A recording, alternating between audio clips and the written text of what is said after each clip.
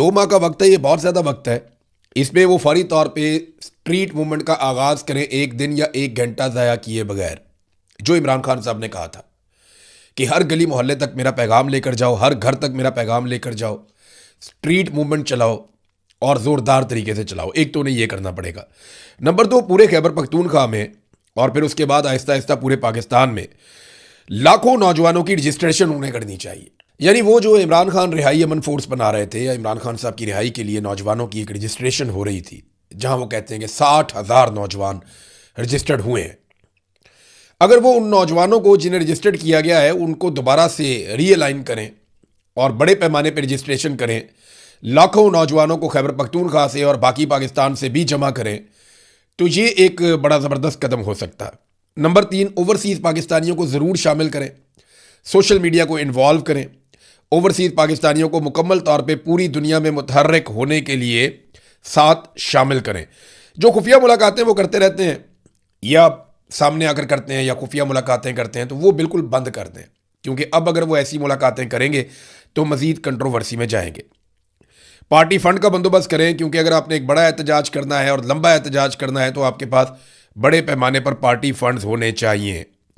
फिर इसके अलावा आप अगर जा रहे हैं इस्लामाबाद की जानिब, तो plan B, plan C, plan D, आपके पास अलग अलग प्लान्स तैयार होने चाहिए कि हम जा रहे हैं इस्लामाबाद, अगर हमें रोक दिया जाता है तो फिर हम क्या करेंगे, हमारा प्लान बी क्या है, सी क्या है, डी क्या है। दूसरे ऑप्शन भी सुहेल अफरीदी के पास होने चाहिए। पार्टी के अंदर जो उनकी धरेबंदी है वो उन्हें ख़त्म करनी पड़ेगी, तमाम लोगों को साथ लेकर चलना पड़ेगा। और अब शायद सुहेल अफरीदी के लिए ये आखिरी मौका है। इस निज़ाम ने गंडापुर को भी धोखा दिया था।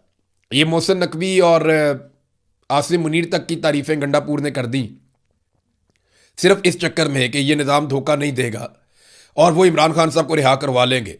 लेकिन फिर आप देखें कि जिस तरह से मोहसिन नकवी ने गंडापुर को इस्तेमाल किया, अब गंडापुर को ये मिलने के लिए भी तैयार नहीं होते।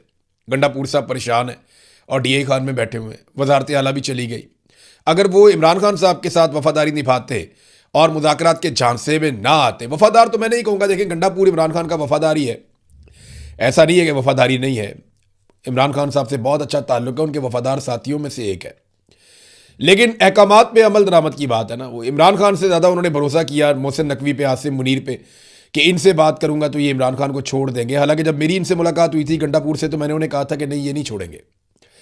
गंडापुर ने मुझे कहा था कि जी 2 महीने में ये छोड़ देंगे। मैंने कहा जी ये नहीं छोड़ेंगे, आपको वही करना पड़ेगा जो इमरान खान ने आपको कहा है, आप इनके झांसे में ना आए। लेकिन फिर वही हुआ जो गंडापुर साहब को मैंने कहा था। एमल वली खान साहब ने एक ट्वीट किया इमरान खान साहब के नाम, बड़ी जूमानी किस्म की है, लेकिन उस ट्वीट से पहले मैं आपको बताता हूं कि अलीमा खानम साहिबा ने क्या कहा।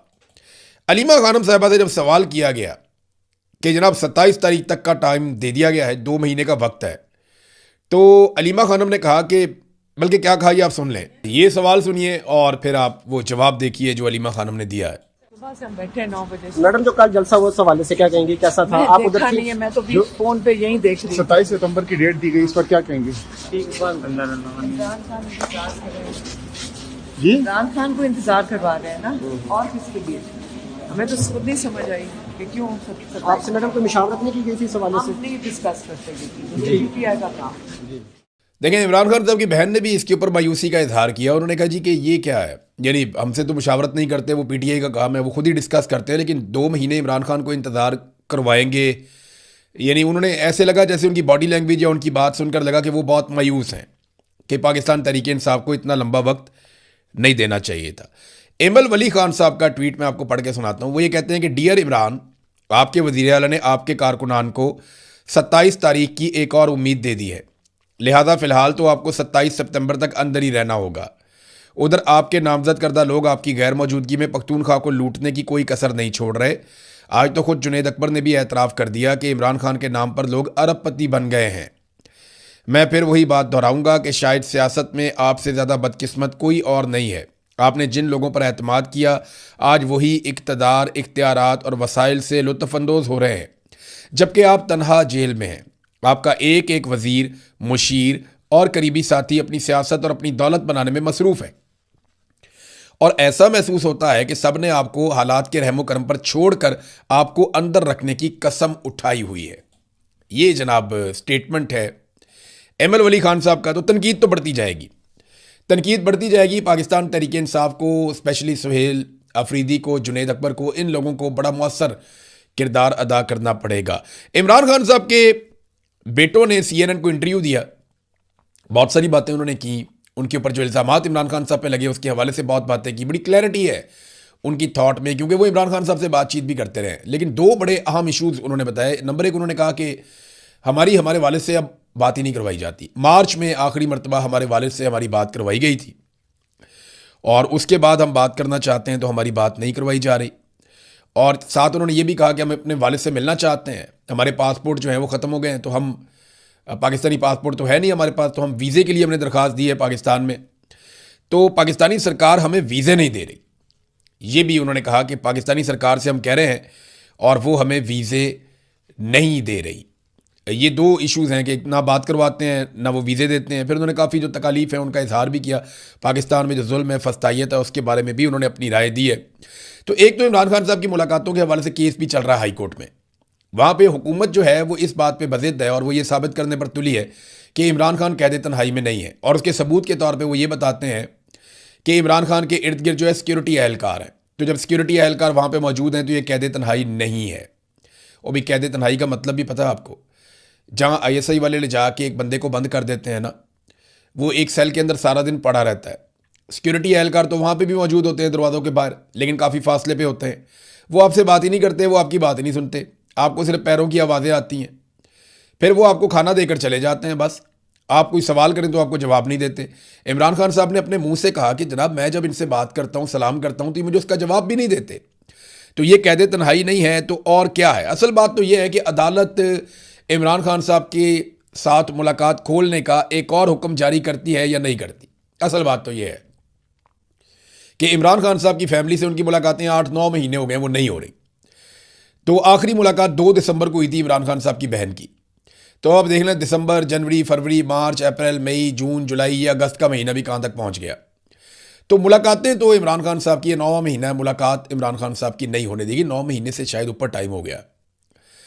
तो अदालत को ये देखना होगा कि वो मुलाकात का ऑर्डर जारी कर सकती है या नहीं कर सकती। नाज़रीन, पाकिस्तान तहरीक इंसाफ के खुरम ज़ीशान साहब हैं, सेनेटर, उन्होंने एक पोस्ट की है और उसमें उन्होंने मुतालबा किया पाकिस्तान के शहरियों से कि वो जो अस्करी मसनूआत हैं, यानी फ़ौजी इदारे जो मसनूआत बनाते हैं, उनका बाइकआउट कर दें। उन्होंने कहा ये नहीं हो सकता कि वो लोग जो अपनी ही निहत्ती अवाम पर गोलियां बरसाते रहे, कौम उन्हीं के कारोबार को प्रमोट करती रहे। कारोबार इनका काम ही नहीं है, कानूनी तौर पर ये सरकारी नौकर हैं, कारोबार कर ही नहीं सकते। लिहाजा हर मुब्बे वतन पाकिस्तानी अस्करी मसनूआत का ना सिर्फ मुकम्मल बाइकआउट करे बल्कि इनका भी बाइकआउट करे जो इन मसनूआत को इस्तेमाल करते हैं। तो कौन कौन सी मसनूआत हैं? वो कहते हैं जी DHA का बाइकआउट करें, फिर वो कहते हैं CSD, ये CSD की शॉप्स बनी हुई हैं मुख्तलिफ शहरों में और ये कंटोनमेंट के इलाकों में बनी हुई है, तो वो कहते हैं जी इनको इस्तेमाल ना करें, आप बाकी दुकानों पे जाएं। फिर फौजी कॉर्नफ्लेक्स, जो लोग कॉर्नफ्लेक्स खाते हैं वो कहते हैं जी फौजी कॉर्नफ्लेक्स आप इस्तेमाल ना करें। सोना यूरिया के बारे में कहते हैं कि किसानों को चाहिए कि वो दूसरी खादें इस्तेमाल करें, सोना यूरिया इस्तेमाल ना करें। फिर फौजी फूड्स को इस्तेमाल ना किया जाए, नूरपुर को इस्तेमाल ना किया जाए, नूरपुर का मक्खन, दूध, ये वो सब मिलता है। फिर अस्करी बैंक के बारे में कहा गया जी इसके अंदर आप कारोबार ना करें। फिर APS आर्मी पब्लिक स्कूल्स जो हैं उनमें वो कह रहे हैं जी अपने बच्चों को दाखिल ना करवाएं। CMH अस्पताल हैं, फिर अस्करी सीमेंट है, फौजी सीमेंट है, यानी अगर आप बिल्डिंग बनाना चाहते हैं, कारोबार करना चाहते हैं, तो खुरम ज़ीशान साहब ने इनका भी ये लिखा कि अस्करी सीमेंट और फौजी सीमेंट इन दोनों को इस्तेमाल ना किया जाए।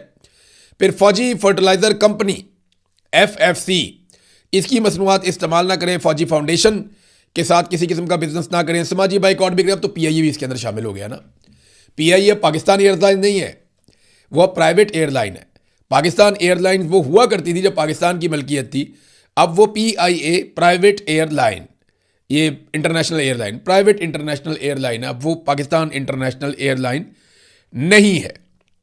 नाज़रीन, गवर्नेंस की हालत ये है पाकिस्तान में कि ख्वाजा आसिफ PMLN के वफाकी वजीर हैं और नदीम अफजल चंद पाकिस्तान पीपल्स पार्टी के, ये भी हुकूमत का हिस्सा हैं।